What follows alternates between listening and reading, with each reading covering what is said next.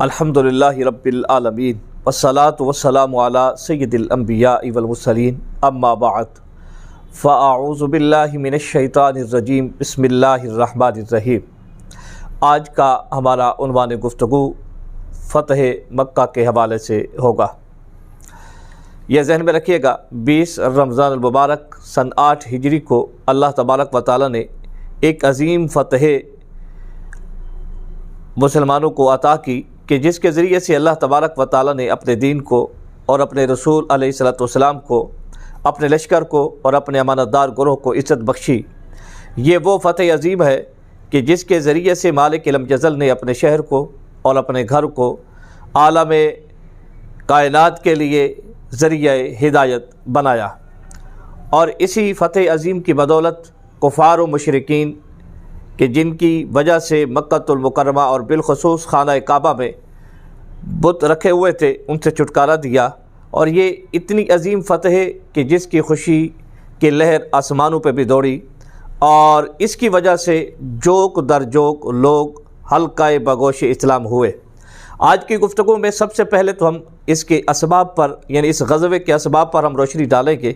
اور پھر چند ایک واقعات ہم آپ کے سامنے رکھیں گے۔ یہ ذہن میں رکھیے گا سن 6 ہجری کو صلح حدیبیہ ہوئی، اور صلح حدیبیہ میں جو معاہدہ طے پایا تھا اس کے کئی دفعات تھے۔ ان میں سے ایک دفعہ یہ بھی تھی کہ اگر کوئی قبیلہ مصطفیٰ کریم علیہ الصلوۃ والسلام کے عہد و پیمان میں آنا چاہے گا تو اس کو اختیار ہوگا، اور کوئی قریش کے ساتھ اور قریش کا حلیف بننا چاہتا ہے تو اس کو بھی اختیار ہوگا۔ پھر ہوا یوں کہ بنو خزاع کا جو قبیلہ تھا اس نے حضور نبی کریم علیہ الصلوۃ والسلام کی عہد و پیمان کو قبول کیا اور یہ مسلمانوں کے حلیف بن گئے، اور بنو بکر یہ قریش کے حلیف بن گئے۔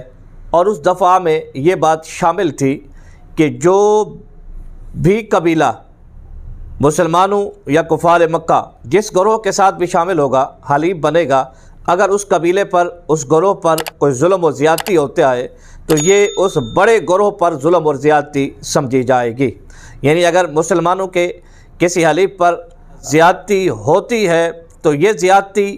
گویا کہ پوری امت مسلمہ پر ہے، حضور نبی کریم علیہ الصلوۃ والسلام کے پورے گروہ پر ہے۔ اسی طرح یہاں سے اگر ہوتی ہے تو وہ پورے قریش مکہ پر ہوگی، تو لہذا حلیف کے ساتھ مل کر وہ پورا گروہ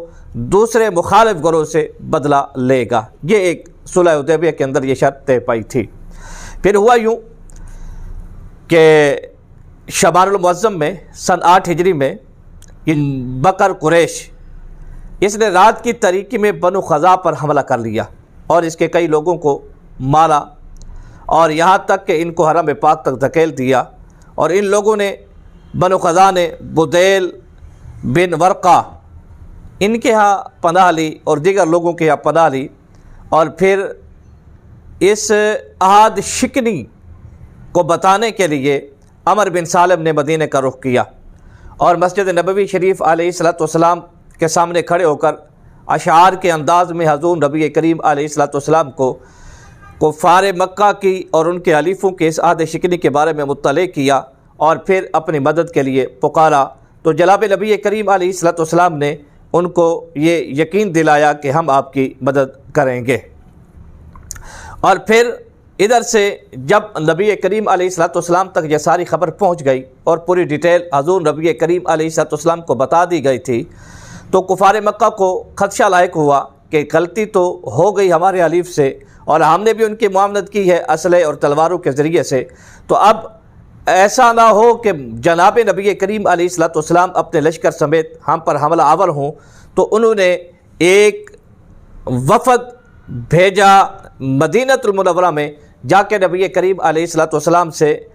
صلح ہوئی تھی اس کی تجدید کریں، اور اس کی کمانڈ ابو سفیان کو دی۔ تو ابو سفیان مکہ المکرمہ سے روانہ ہوا مدینہ المنورہ کی طرف،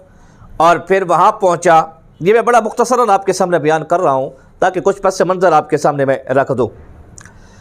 یہ جب پہنچا مدینہ المنورہ میں، حضور نبی کریم علیہ الصلوۃ والسلام سے بات کرنا چاہی، آپ نے کوئی توجہ نہیں دی۔ پھر جناب سیدنا صدیق اکبر کے پاس گئے اور جا کر کہا کہ اپنے دوست سے کہیں آپ نے بھی معذرت کر لی۔ جناب عمر کے پاس، تو جناب عمر نے تو بڑا کرارا جواب ارشاد فرمایا، کہا ابو سفیان اگر سارا اسلحہ ختم ہو جائے اور میرے پاس ایک لکڑی کا ٹکڑا باقی بچے، مجھے تم سے لڑنا پڑا تو میں تمہارے ساتھ جہاد کرتا رہوں گا۔ خیر وہاں سے بھی مایوس لوٹا، اور پھر یہ جناب سیدنا علی المرتضیٰ رضی اللہ تعالی عنہ کے پاس آئے۔ جناب سیدہ طیبہ طاہرہ عابدہ زاہدہ فاطمہ الزہرا رضی اللہ تعالی عنہا بھی جلوہ گر تھیں۔ جناب حسنین کریمین کھیل کود رہے تھے، تو جناب علی المرتضیٰ سے کہتا ہے کہ آپ تو جانتے ہیں کہ ہمارا آپس میں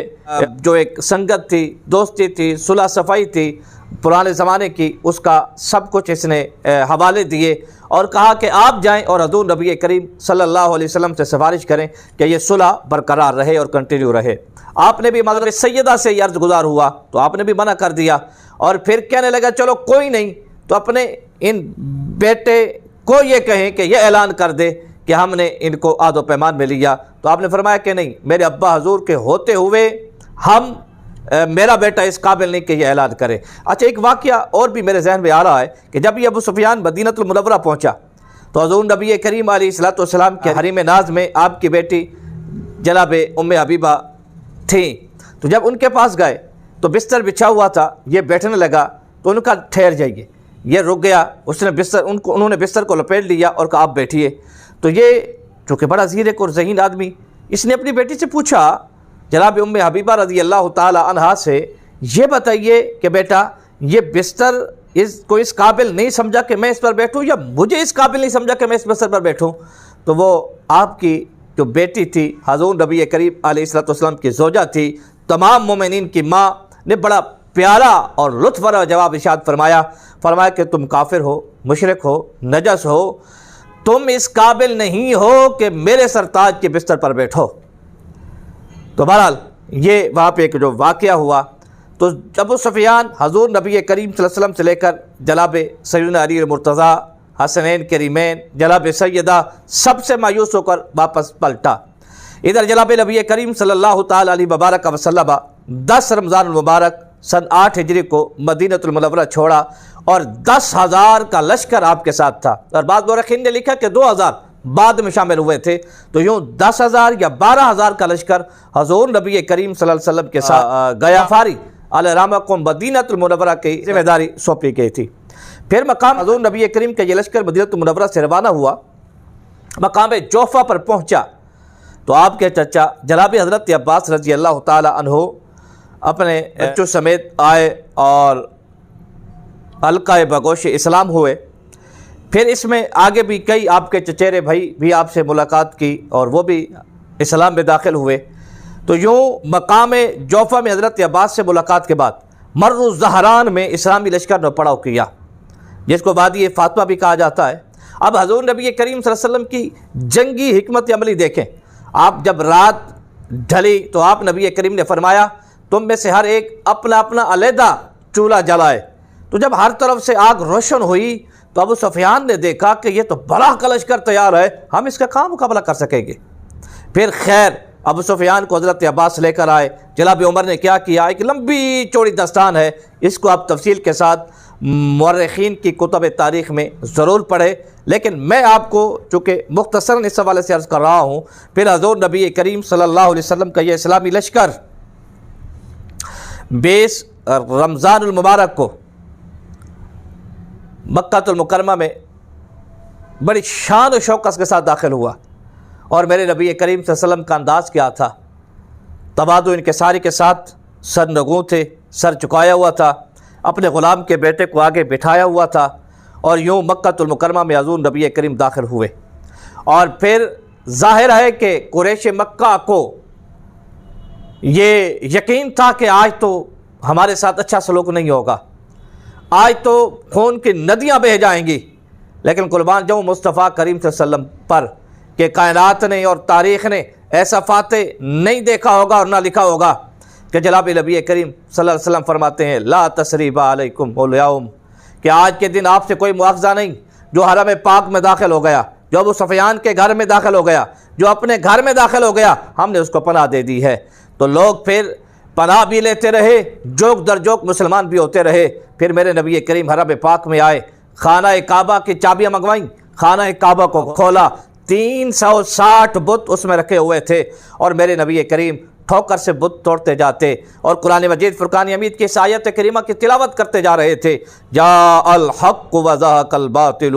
ان الباطل کان زہوقا، کہ حق آ گیا باطل بھاگ گیا، بے شک باطل تو بھاگنے کے لیے ہی ہے۔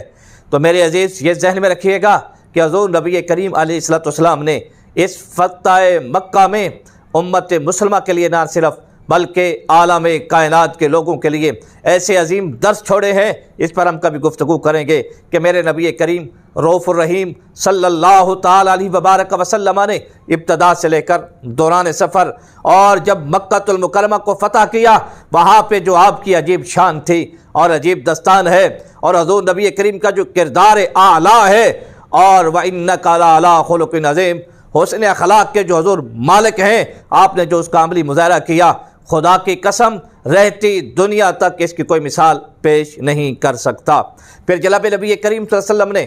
جناب سیدنا بلال حبشی کو کعبے کی چھت پہ کھڑا کر کے اذان دینے کے لیے کہا، کھڑا کیا، اذان کہی اور آپ نے نمازیں ادا فرمائی۔ تو اللہ تبارک و تعالی نے مسلمانوں کو 20 رمضان مبارک سن 8 ہجری کو